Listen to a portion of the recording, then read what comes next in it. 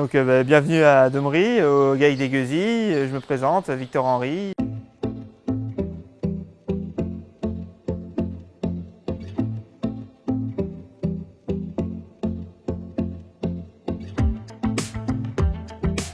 Donc nous sommes en GAEC, on a repris avec mon cousin à la suite de mes parents.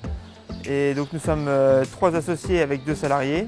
Nous avons 3 productions d'élevage, bovin lait, bovin viande, ovin viande. Et on fait un peu de polyculture à côté.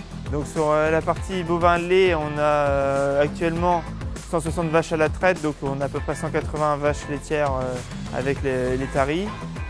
Au niveau vache allaitantes, on a 90 mères et au niveau brebis, on est à 420 brebis. Production de lait, on a un contrat de 1 753 000 litres de lait. Mais on est en phase de croissance. En fait, avec mon installation, j'ai récupéré 300 000 litres de lait. Je suis installé que depuis 3 ans et j'ai récupéré 300 000 litres de lait. Et donc on est en augmentation de cheptel. On a un objectif de 180 vaches laitières dans le bâtiment.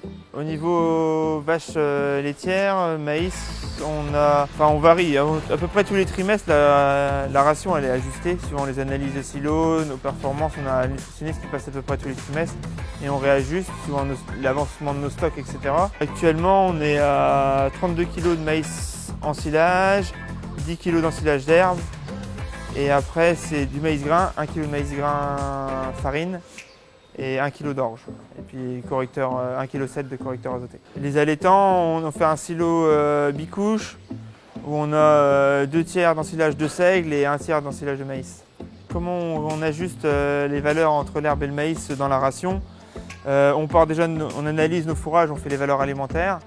Donc suivant, en fait, l'herbe c'est un fourrage c'est pas constant en fait. Suivant les coupes qu'on arrive à faire, des fois on va avoir de très bonnes qualités, des fois un peu moins bonnes. Donc au niveau UF, on compense avec le maïs, on ajuste.